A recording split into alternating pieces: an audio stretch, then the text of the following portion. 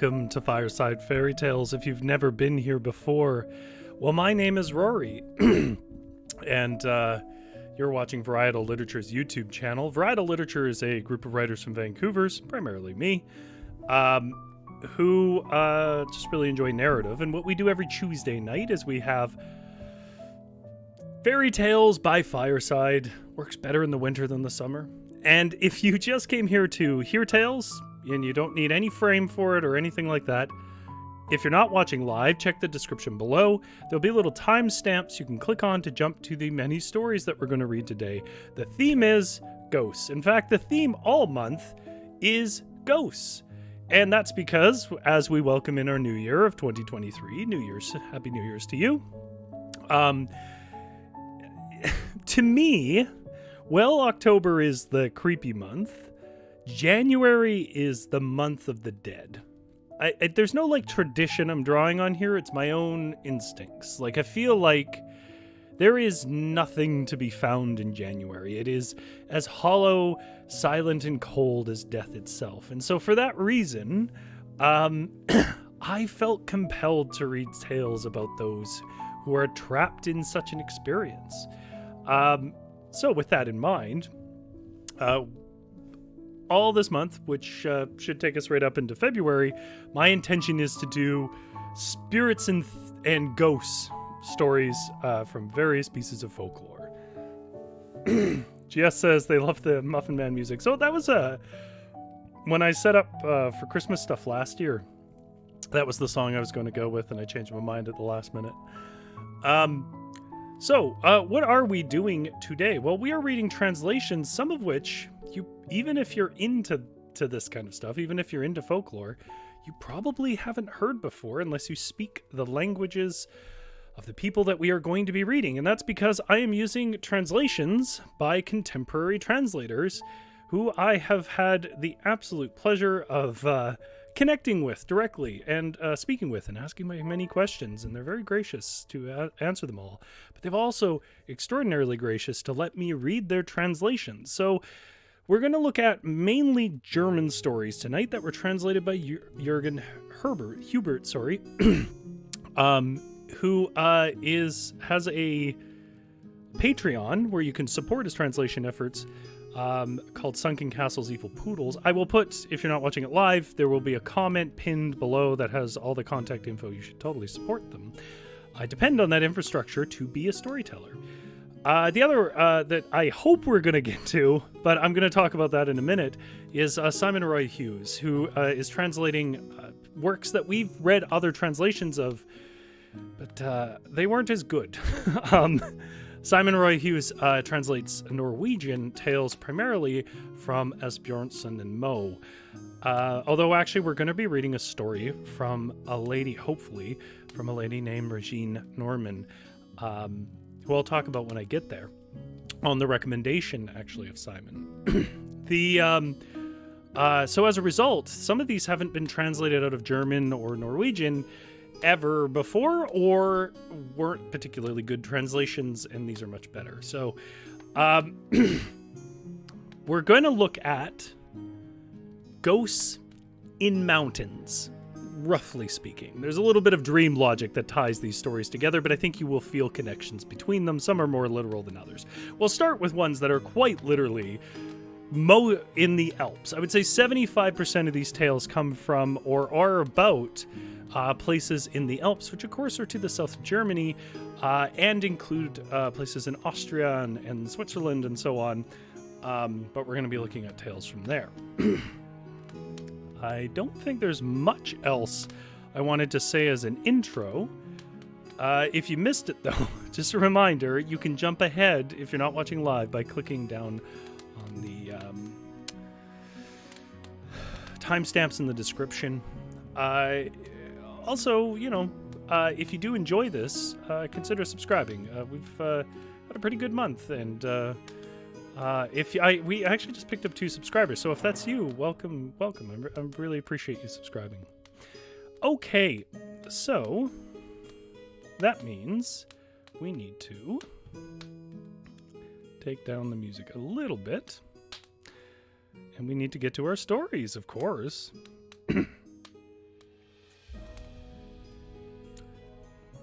I'm going to take the fireplace down a little bit too.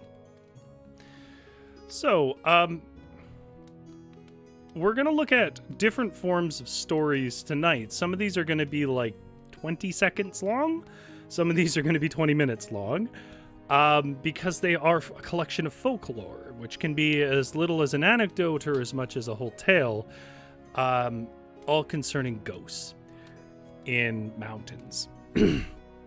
So, the first one, the one that I found the most interesting, which kind of triggered me off to find a bunch of other stuff in that theme, is called the Ridge Trains.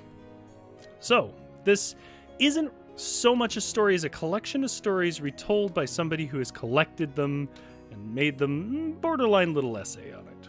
But it gives us a good introduction of what we're talking about.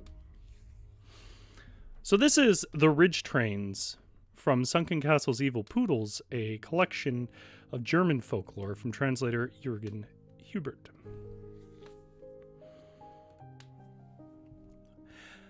Pardon me. People in all communities of Valais are told of the Gratzug, or a synagogue. The ridge trains are tunnels, path, roads, or more accurately, processions in which the dead wander in the mountains or the countryside.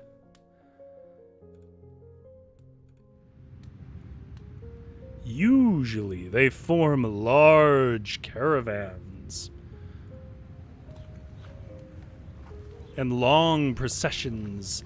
In a synagogue, on the other hand, are the trains, processions, and congregations of the witch people, over which Satan presides. It is claimed that they often betray their presence through their buzzing and their drumming and their whistling and all sorts of music from hollow instruments. Those who venture into such processions of ghosts, or those who somehow get surprised by them, will be swallowed by that train and then fall sick. This sickness is often very aggressive, causing them to suffer for a long time or even become crippled. If the sickness is less severe and ends completely in approximately 2 times 24 hours, people say that they've only entered the winds.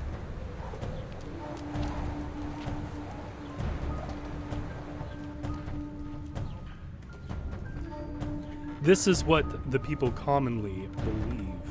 These beliefs get regularly enforced by new incidents. When people feel dread, they get frightened or get a cold through incautious behavior.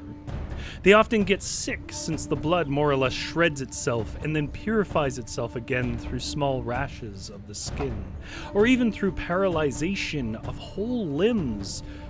Such rashes usually appear around the mouth.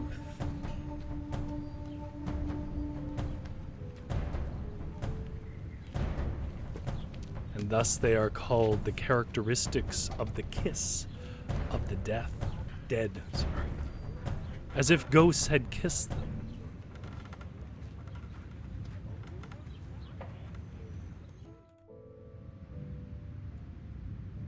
Thus, as long as people are not free from the cold, from fear, or of dread, there will always be some who entered the winds or the ridge train. The usual corridors and paths which the dead pass through are sometimes identified precisely. Folk belief usually puts them into the high Alps, where those paths lead from mountain to mountain and high alpine meadow to high alpine meadow. They are called the Jingle Road, and it is believed that this road runs through 99 distinct meadows. When the ghost roads cross, this is called a crossroads, and those who reach such a site receive extraordinary knowledge from the realm of the dead and the spirits, according to folk belief. They know how to do more than just eat bread. People tell often and many things of the procession of the dead who hurry along with fast steps. The dead ride quickly is a common saying. There are people who believe to see more than ordinary humans and thus claim that they have perceived the wandering dead at times. They show up in their clothes in which they were carried to the grave, or more frequently in the gowns which was handed out to the guards or the poor in their name to provide them succor. A pious custom thus demands that a full set of clothing of deceased people should be given to the poor. This clothing is called God's garment. It is claimed that deceased people have been seen who were missing one piece of clothing or another, and in this manner, one dead man had to walk barefooted, but had to carry 2 skirts as a jacket, was given away instead of shoes. A dead woman, on the other hand, had to wear a ball of butter on her head, as butter was given away instead of a hat. A dead man was once seen in Subterraneans, who had no girdle for his white gown, and thus he was only able to follow those who had hurried ahead under great difficulties while sweating profusely, as he constantly had to hold up his loose clothing with his hands. Out of pity, the living witness gave his neckcloth to the dead man and helped him wrap the same around his body, giving thanks. The dead man hurried away with fast steps, remarking that he would only be able to catch up with those who had hurried onward at the 99th graveyard.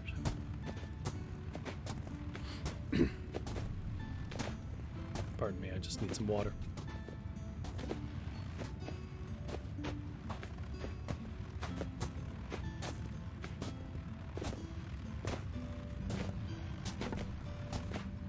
In Untersberg, an alpine hut allegedly sits next to a path of the dead. One day, the caretaker left a stalk of firewood on the path as he was running late for splitting it. Well, around midnight, there was a loud knocking at the entrance door, and he was admonished that if he still wanted to save his hut, he should open up the road, for the procession of the dead was approaching. The startled man hurriedly followed this instruction. When as the first dead person arrived, he barely managed to carry the wood aside, and his foot was still on the path. And the procession reached the foot's heel, and the heel subsequently sickened in a worrisome manner. The man, Subterranean, who had seen the dead man without a girdle for his gown, was once woken up from his sleep in order to clear a path for the procession of the dead, as he had left a tree trunk on it. Similar story. On the Altsborg Luskarop meadow, there used to be a hut in the middle of a ghost road. The windows and the back door were always found to be open, no matter how often they were closed. And since the ghosts moved through them, for this reason, the hut was taken down and rebuilt at Hratsvang in Beliop Meadow, where it is still standing today.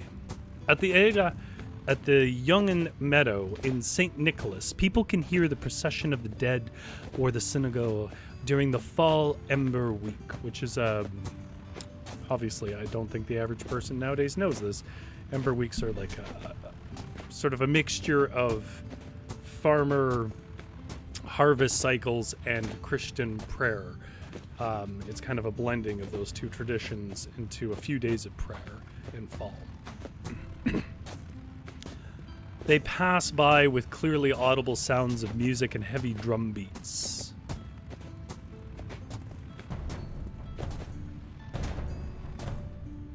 So that they echo from nearby rocks. Those who don't believe this should go there and hear it for themselves, the locals say.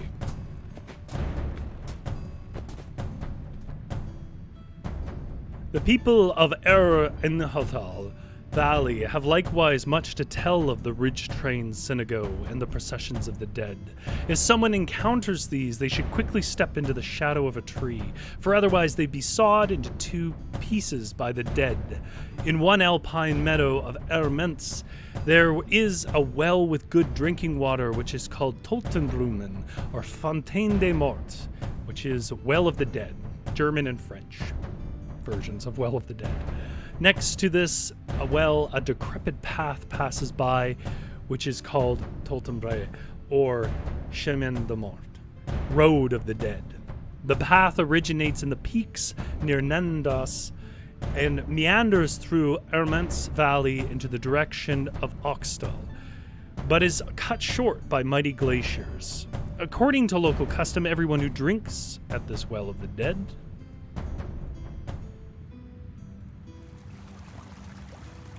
should put a small wooden cross into the ground next to the well.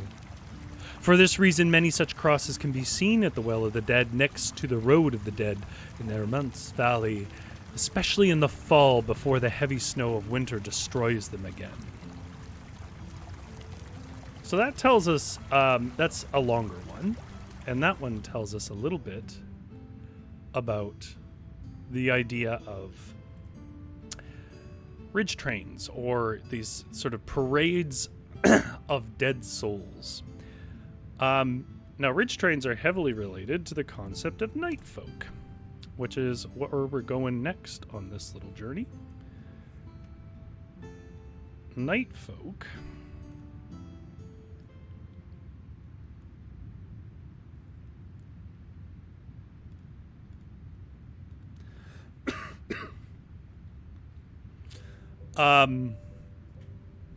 are in many ways the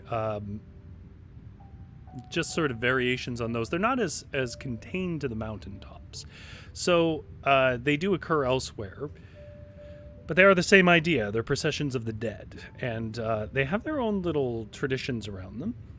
And so we're going to read 3 tales about the night folk, which are, well, exactly what they are isn't always clear, but they seem to be ghostly undead. So that is our next 3 little short stories, are going to be concerning the night folk and the various conditions they put on and what you can get from them. So these next few tales concern the night folk, and they also come from Sunken Castles, Evil Poodles, a collection of German folklore from translator Jürgen Hubert. Our first is a collection of short stuff, and then we will read some longer ones about the night folk. In Satens, the night folk drive through Holaga Alley next to the ruins of Castle Schwarzenhorn. They were accompanied by fantastic music, by the playing of strings and the sounds of whistles and drums and kettle drums. Let's get that music.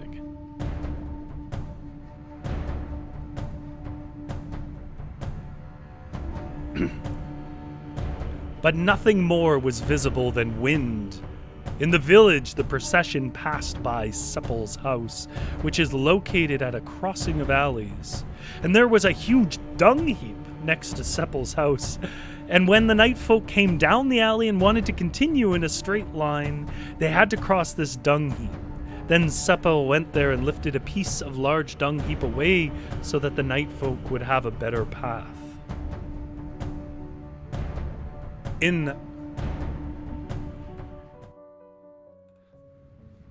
However, in Zalakar, near Burs, there are 4 lonely houses standing in a square, and at times during the night, the night folk roar back and forth, across and crosswise between these houses. But in Schruns, there is a house where there were 4 doors installed crosswise in the atrium. This house was frequently been visited by the night folk for a long time, as people in the area know well. Those nighttime people moved their procession through a lonely house standing in Kloslefeld in Frastans. They traveled through the main corridor, and for this reason it was important to leave the main entrance and back door open so that their usual route was not barred. If someone forgot this and barred the doors, then the arriving outside made such a ruckus, such a noise, that no inhabitant of the house was able to sleep. And Ragal, old Kung, often heard the night folk ring through the mountain gorge near his house. The Curious Man, another story of the night folk. An inhabitant of the same village had often heard of the processions of the night folk and their beautiful music. Perhaps he did not believe such reports, or perhaps he was merely curious, but once, during a late evening hour, he positioned himself to the left of the road, of which he heard that it was frequented by the night folk, and waited for things to come. After a good while, he heard a great racket in the distance, which, of course, is the music.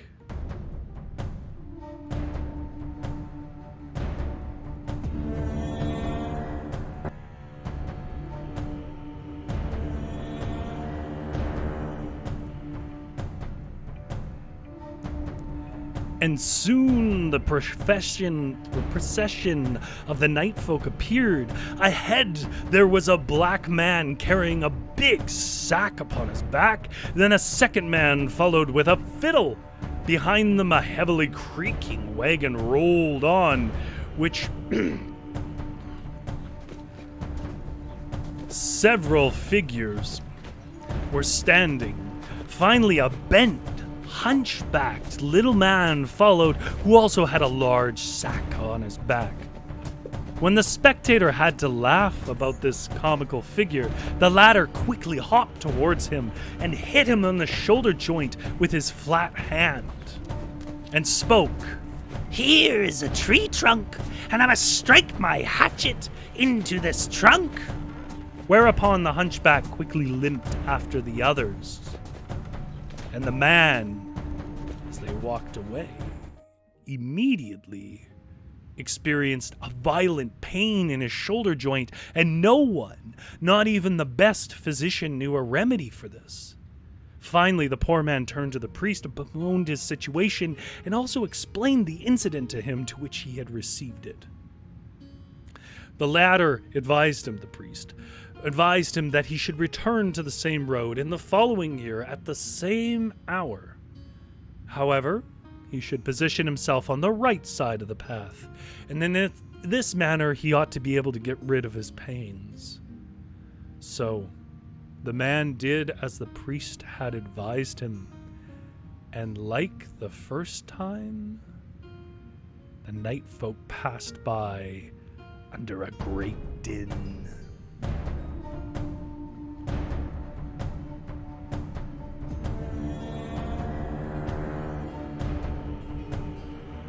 And the little man, making strange faces, limped after them.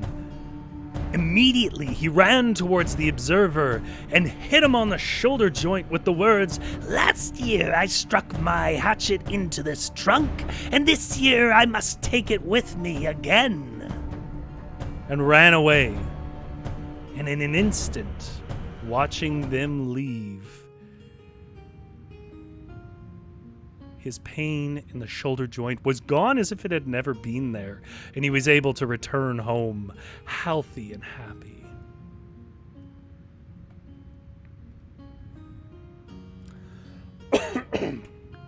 Which brings us to a story called The Condition.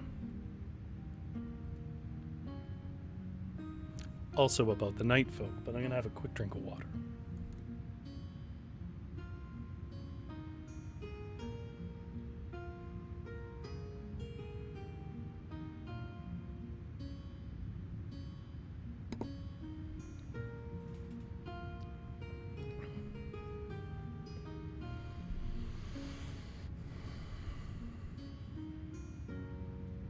GS says, lovely to have a dung heap next to your house because they burned it. I mean, I think they just didn't have anywhere else to put dung. Yeah, let me know if the drums or anything are drowning me out. I can take down the volume.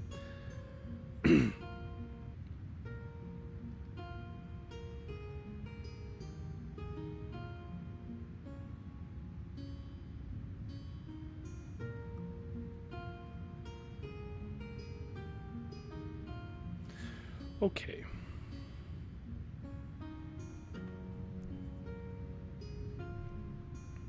This final story about the night folk is called The Condition.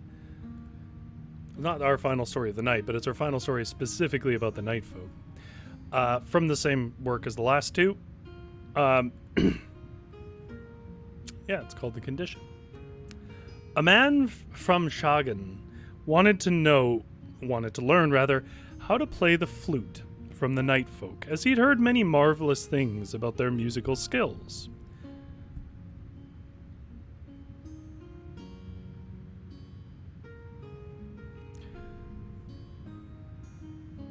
Thus he positioned himself at Krasgasse Alley as the night folk were passing by. See that the drums are a little loud, so I'll take those down. Here comes the night folk.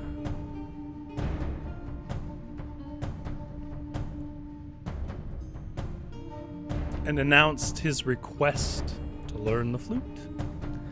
Then he received the reply that he should position himself again at the Krasgasse on the other side, the next time the night folk were traveling.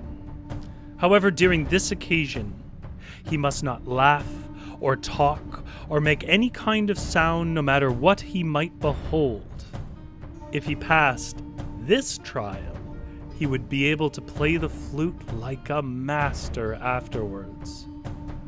So, the man promised to do as he was told. And indeed, stood at the Krasgasse during the next journey of the night folk. The procession approached, disgusting and horrifying visages. One did not have a head. Another carried it beneath his arm. And the others, who even had their heads between their shoulders, made such a noise that it shook the listeners to the core. And in addition to all this, the witness saw a gargantuan millstone above himself, which hung by only a thread.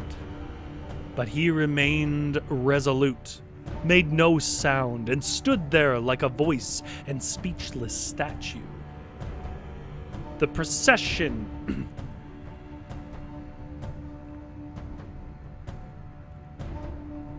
gradually raced past.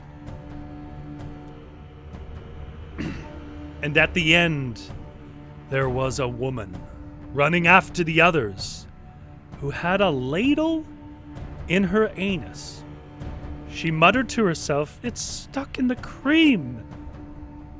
And when he beheld this sight, the man lost control and had to laugh, and thus he failed the test, therefore had to give up blowing the flute.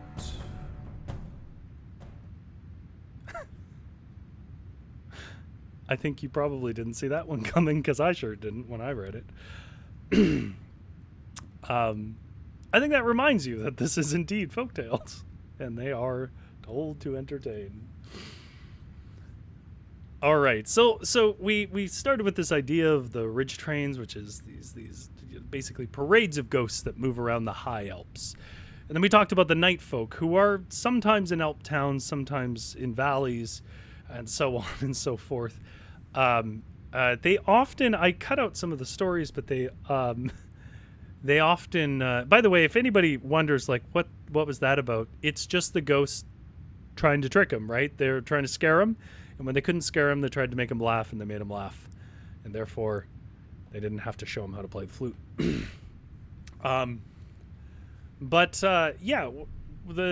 The night folk and all of this is the idea that there are parades of dead. So I want to sort of shift back to the idea that the mountains are haunted. Because that's, like I said, there's a little bit of dream logic tying all of this together. Rather than just the trains, let's look at the kind of stuff that haunts mountains in folklore. And for that, I want to talk to you about the Fire Mountain, which is the name of a real mountain in Germany. Well, they don't call it Fire Mountain. They call it German, because it's German.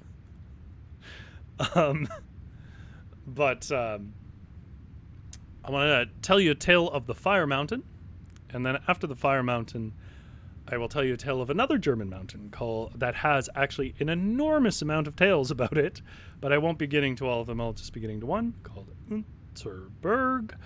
And if we're lucky, I'll have enough time to read 2 more after that. But we'll see how the time works out. I don't want to keep you here all night.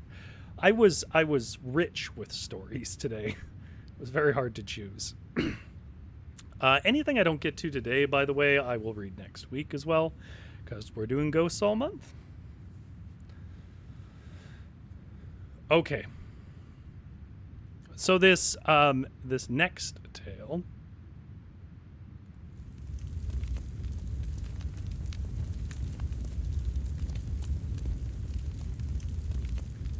is about fire. This story is called The Fire Mountain, and it is a German piece of German folklore from Sunken Castle Evil Poodles, a collection of German folklore from Jürgen Hubert. And it's about a haunted mountain, so to speak. There is a mountain called the Untersberg, a few hours away from Helverstadt. This mountain used to be bare, but is now covered with tall fir and oak trees. In its depths, the devil is said to ply his trade, and everything there is burning in bright flames. In old times, there used to be a count living in the Halberstadt area who was evil-minded and greedy, and who oppressed the inhabitants of the surrounding lands whenever he could. For many years, he owed a lot of money to a shepherd, but every time the shepherd visited him and reminded him of this, he only gave them disdainful rejections. Suddenly, the count vanished, and people said that he had died in far-off lands.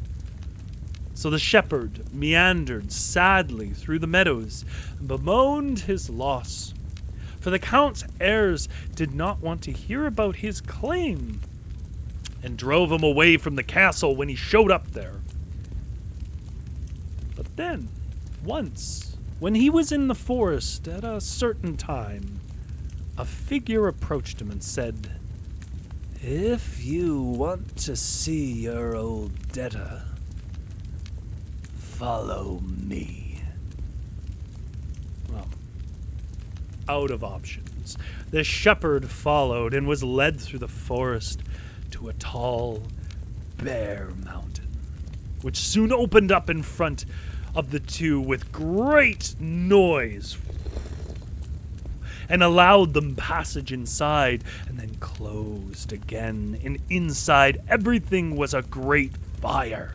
And the trembling shepherd beheld the count, who was sitting on a chair and who was surrounded by 1,000 flames emerging from the glowing walls and floors. The sinner screamed, "If you want to have your money, shepherd, so take this shawl and bring it to my kin. Tell them how you've seen me sitting in hellfire, in which I have to suffer for all eternity."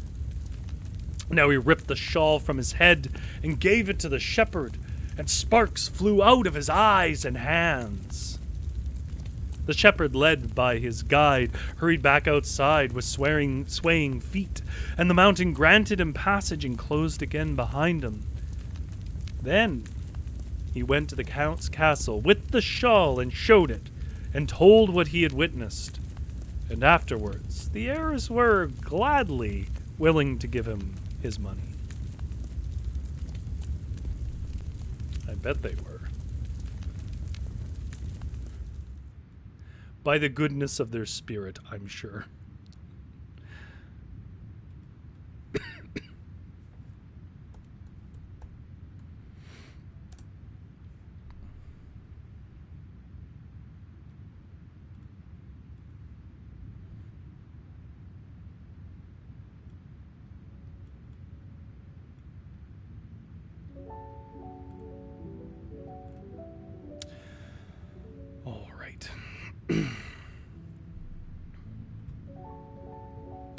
So our next one is called a Barbarossa in the Untersberg.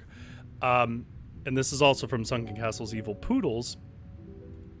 And this one, the Untersberg, is a sort of mountain range, mountain in general, that I believe is a part of the Alps. Now I feel like I'm second guessing myself. Somebody check that on me. And this one tells the story of a haunted mountain, but not haunted in the ways that we've seen so far.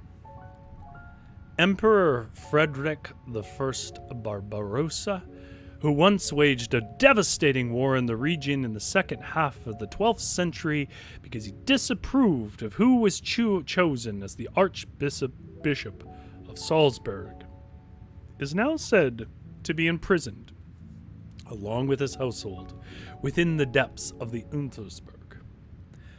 Martial music and the ringing of weapons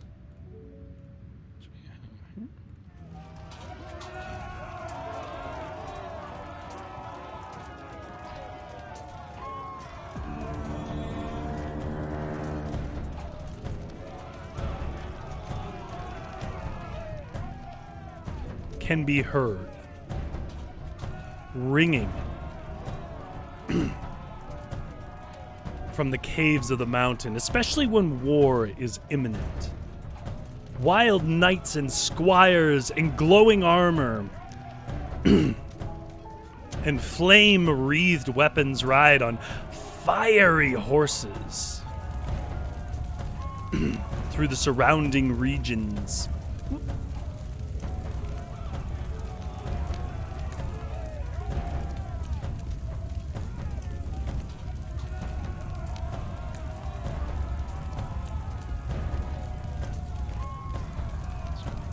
One here.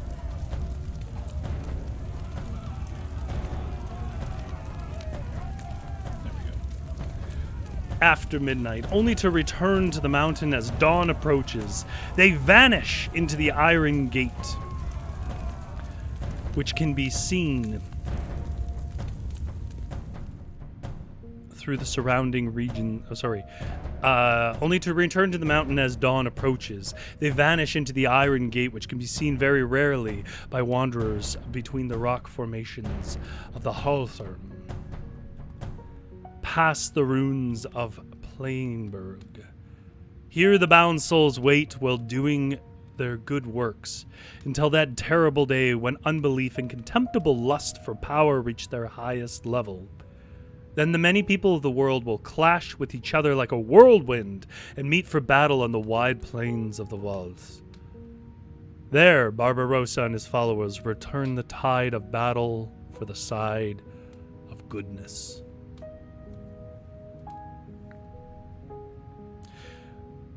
I'm just saying, this bears many sort of structural similarities to the ideas put forth in a lot of Ragnarok myth. It misses, enough details that it's clearly distinct, but it certainly reminds me of it.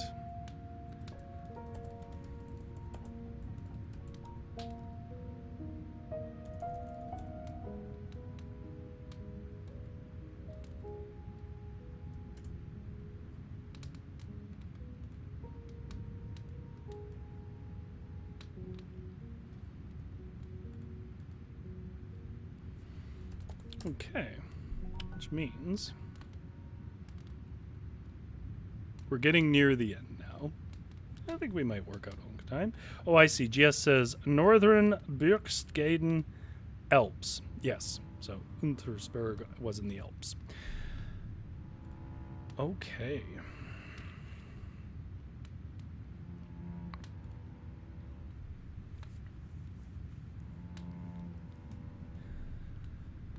This next one is a short one, but one that I found particularly charming, and it connects in an interesting way to our next story, which is our Nordic stories,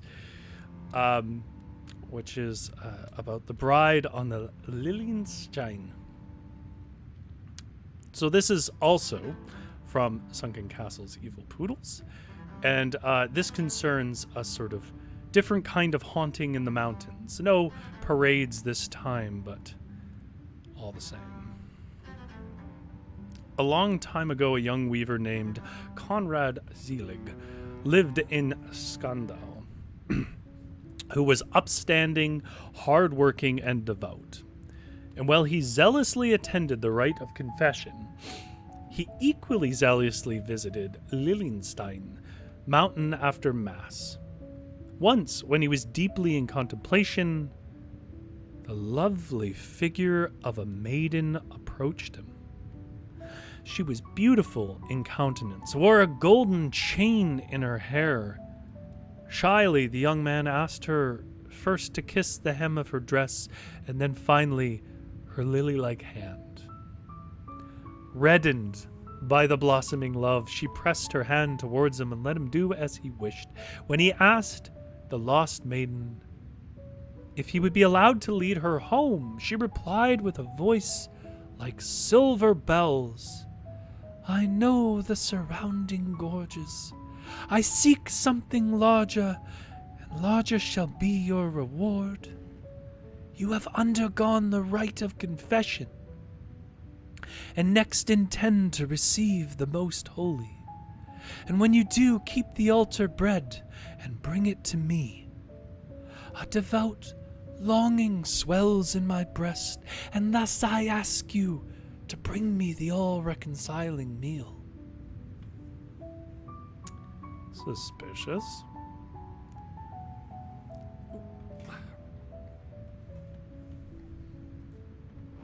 Sorry, still late.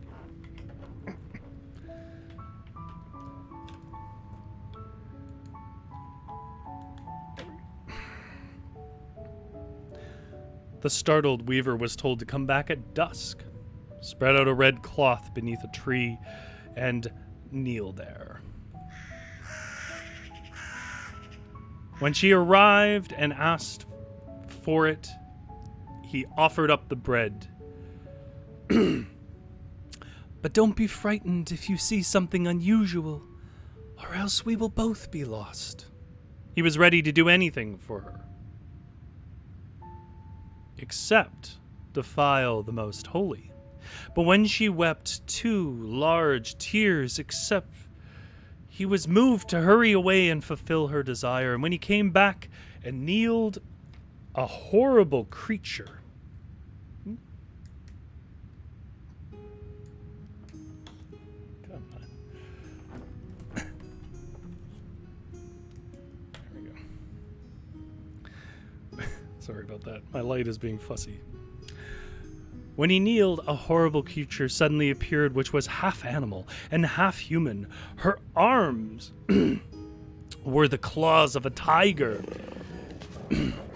She was damned because she had murdered her mother.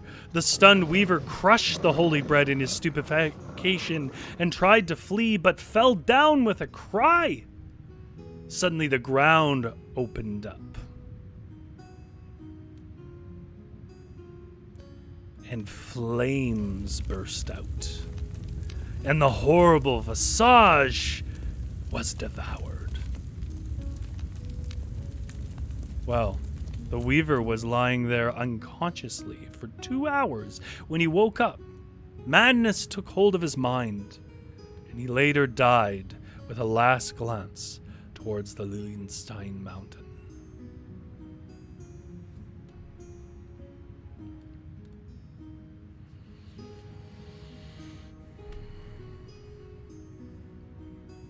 And that is the bride on the Lilienstein. Obviously, you know, if you don't know, they're in Germany is largely Catholic at this point, and when the story would have been around,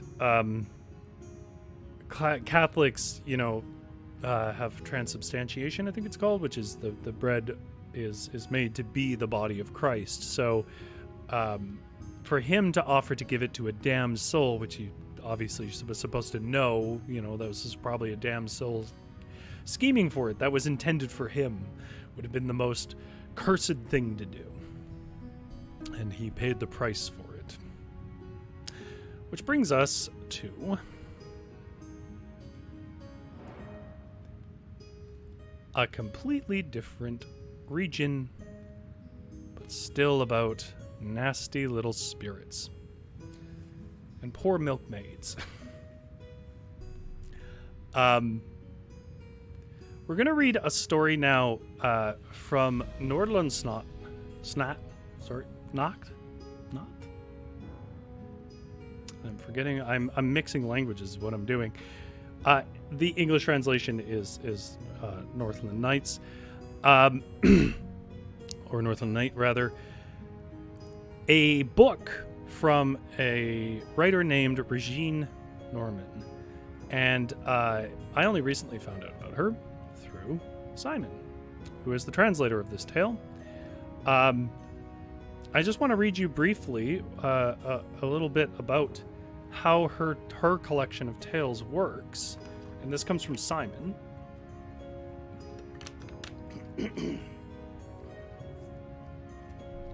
Regine Norman collected legends from her home region all her life. She would tell of how she would creep out from her bedroom to listen to the stories travelers, mostly seafarers, told and brought to her farm, and would tell travelers to her farm. Would tell of in the evening, even though her foster parents had forbidden it. So they are mostly traditional tales told by an expert storyteller.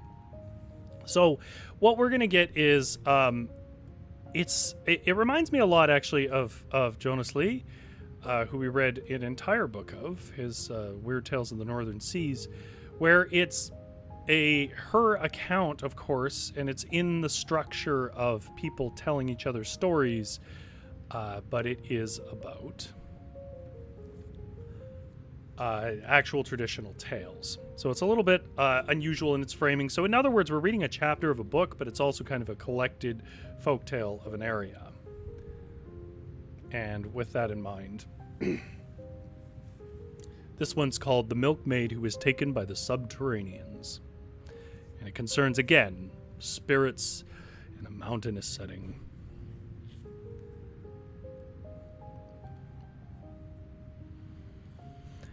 It was at the blessed late Ewan Rask's at Ron it happened, and everyone who had been there and seen it with their own eyes said it was really true.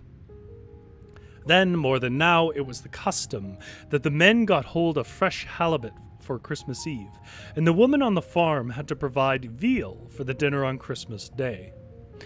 But in the days before Christmas one year, the weather closed in such that it was impossible to go out to sea in a boat, and old Ewan Rask was gruff and unapproachable.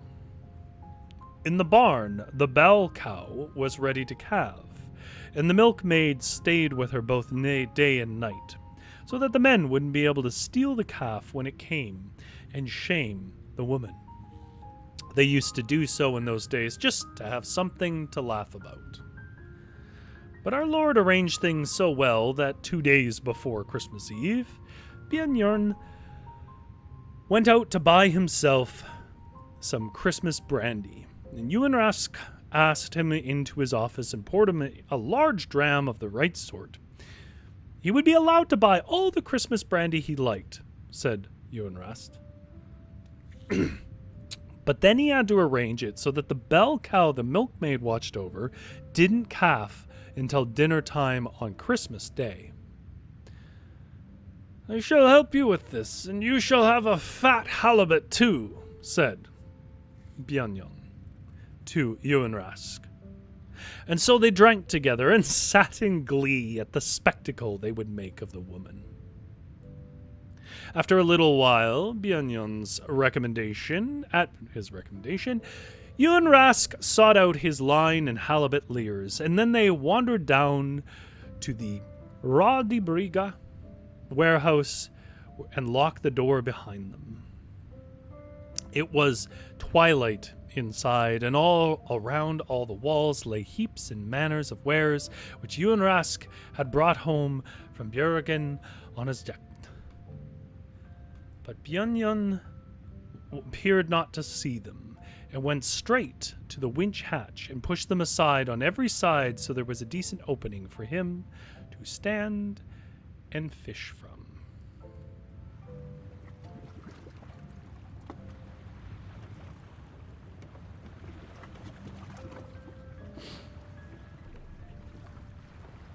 Yunrask had some cured herring with him, and Yun baited the hook and cast out through the hatchway. The waves broke on land, and the storm wrestled his otter skin off his head and threw it far into the warehouse floor, across the warehouse floor. And just like that, the line twitched. Old Yunrask took a boat hook and stood beside the Finn fellow ready to hook it when the catch came up.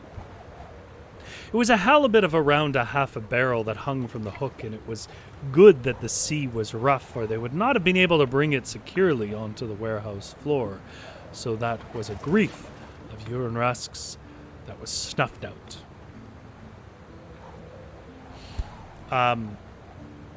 Just because the frame matters on the next sentence. This is meant in the book is somebody telling someone else a story.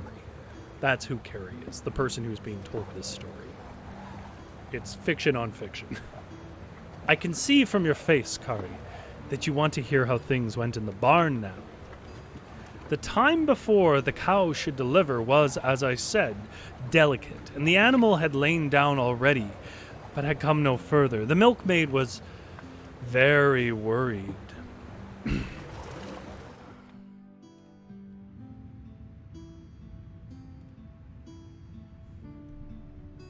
She paced and scolded the cow, which would not do her duty.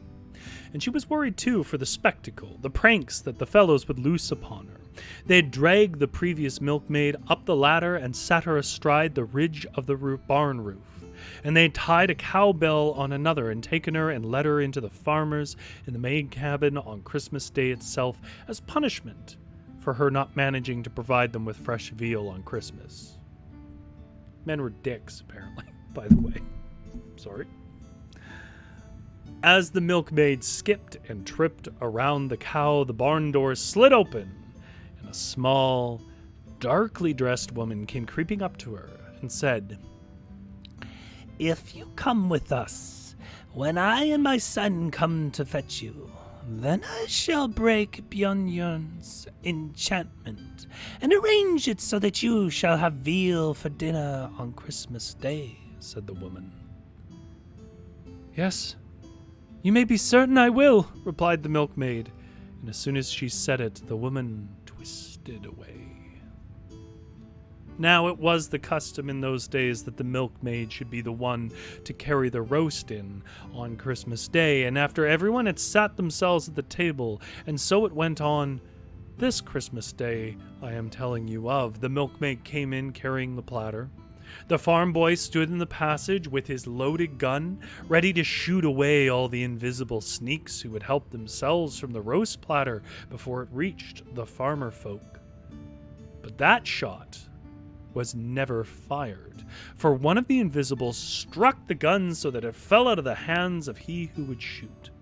And the milkmaid, who was halfway there, put the roast platter down on a chair and stood, waving both arms as if she were defending herself. Then she retreated by foot backwards across the parlor floor, right through the kitchen and out the outer door. And when she did not come in again, one of her fellow servants got up and went out to see where she had gone. Then all of them searched, but she was as if sunken into the ground until they found her on New Year's Day, asleep among the rovings, which is like unprocessed fleece. But she had gone mad in her head and made night into day and day into night. She refused to eat together with the others, but took the food they brought to her to the darkest corner and sat there and gulped it down. And if they refused her what she wanted, she howled like an animal. And so she remained until our Lord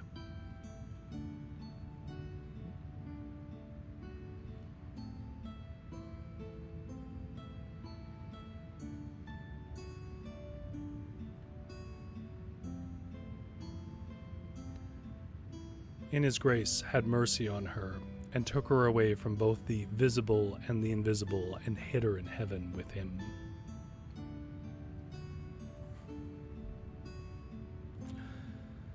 Do we have time for another story? I don't think we do. Let me think about this for a second. I had 2 more I wanted to read, but I don't think I have time for it. Oh, I don't know. You know, sure. What does it matter? It's YouTube. If you don't want to listen more than an hour, you're welcome not to.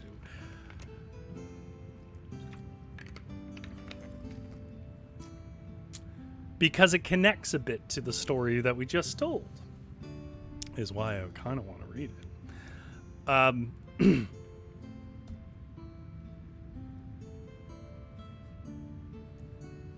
me get myself there.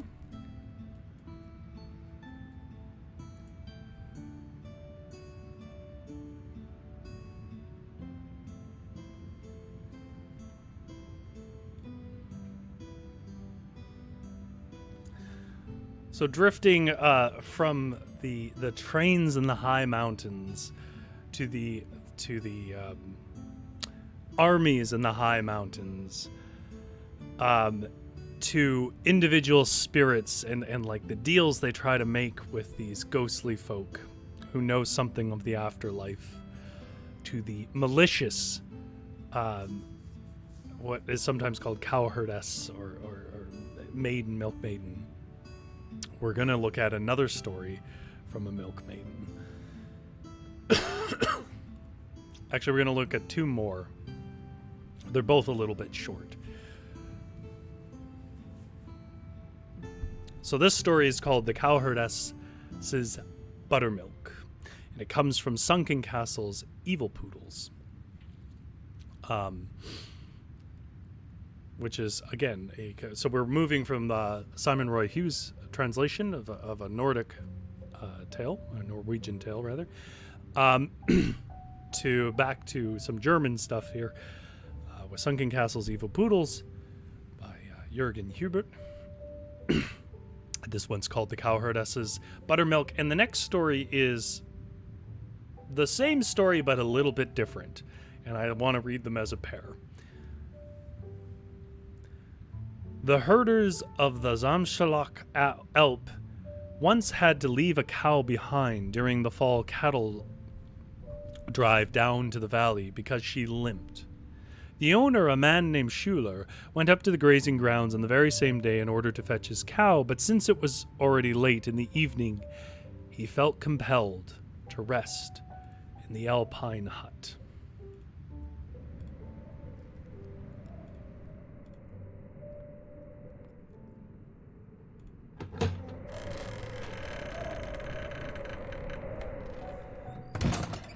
And wait until early morning. After Schuler had taken a small evening meal,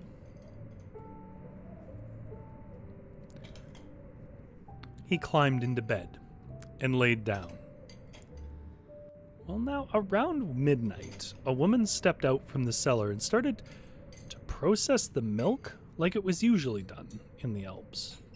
She carried the milk containers out of the cellar, skimmed the cream, put the leftover milk into the cauldron for cheese production, while she poured the cream into the stirring kettle. And after she had added some hot water to the cream, she shook the butter keg with great effort until the butter finally separated. And once this had occurred, she took the butter from the keg, and while she let the milk run into a bucket beneath the keg, then she invited the man up high on his bed to drink some buttermilk. Well, undaunted, he climbed down from his bedding and drank from the milk. Immediately, the herdess stood before him in a snow-white form and thanked him profusely, told him that she had now been released from her suffering thanks to him. For once, when she'd been a herdess on this Alp, she'd denied a beggar who had asked her for a ladle full of buttermilk. For this reason, she'd been forced to haunt this place until Schuler had released her by drinking the milk that he'd been offered. Early in the morning, Schuler went back with his cow and was very happy that he'd released a poor soul. So that's the first version. The second version is called The Herdess Makes Fried Pudding. And to the translator's credit, they give us a recipe for fried pudding at the end. A huntsman who had ventured into the mountain wilderness one late fall in order to shoot chamois sought shelter in a lonely alpine hut nearby when night began to fall on his way back, and there he first warmed himself at the fire of the hearth which he'd lit. He ate a bite from his rations, and then he laid down on the bed to rest. It might have been around midnight when a herdess stepped out of the cellar and tackled her usual work. She carried the milk containers from down below, skimmed the cream off the milk, stirred the cream in the butter keg, prepared the cheese and whey cheese in the kettle, cleaned her milk utensils, and finally made fried pudding. When she was finished, she called up the huntsman who was lying on his bed and told him that he should come for the meal. The huntsman, however, remained quiet as a mouse, stayed up there, and did not follow the invitation.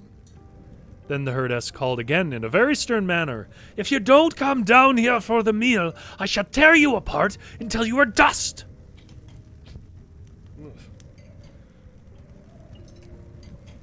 Well, you don't deny that.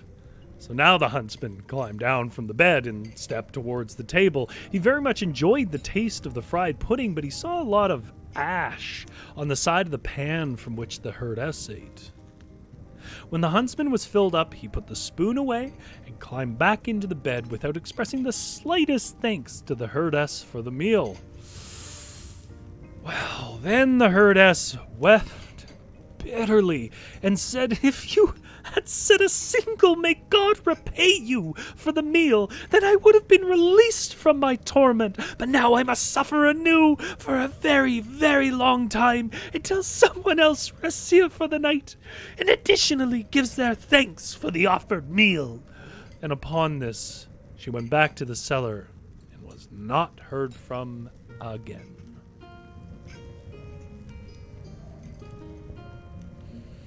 And though I don't normally read the translation notes, because I do believe that is their own intellectual property, well, I mean, all translations are the translator's intellectual property. What I mean is, they're not taking, it's not an old story. It's truly their own stuff. I thought I would give you the translation, or give you the recipe for cooked pudding, or fried pudding, which is cook cream, stir in flour, add sugar, sometimes eggs. Stir until it thickens, and fry the pudding in a pan with fat using a cooking spoon to break the pudding apart into smaller chunks. So it sounds almost like a rich porridge. Maybe a bit of a cake.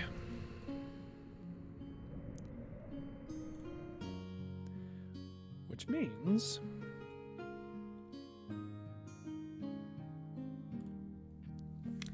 that is all I wanted to say this evening. GS says that sucks. I decided to do January as ghost stories. I think actually what we might do next week, believe it or not, this is a whole genre of ghost story. Ghost bowlers. Like literally bowling as you think of it. Bowling and hitting pins. That's a whole thing. Ghost bowlers. I think I might do that next week. Next Tuesday at 6:30 p.m. for Fireside Fairytales, right here on Fairy Tale Tuesday. Not a thing I invented, by the way. The show is, but the concept of Fairy Tale Tuesday is not my own invention. Which means I hope to see you there. If you like this, please remember to like it. It does help what is a pretty niche thing that YouTube is not particularly friendly to. The other thing that helps, of course, if you haven't already, consider subscribing. It warms my little niche heart. And tune in for January's, the cold months, ghost tales. Also, we do a show on Thursday, which is like live writing. It's a little sillier and fun and contemporary. If you want to come for a write along, write with me or help me write something, that's what we do Thursdays. It's just for fun. It's at 6:30 p.m. Pacific, so it starts same time as this, but on Thursday. Otherwise, I mean, I will keep the fire warm for you. Thank you so much for stopping by to hear my ghost tales in the middle of the bleak and boring January.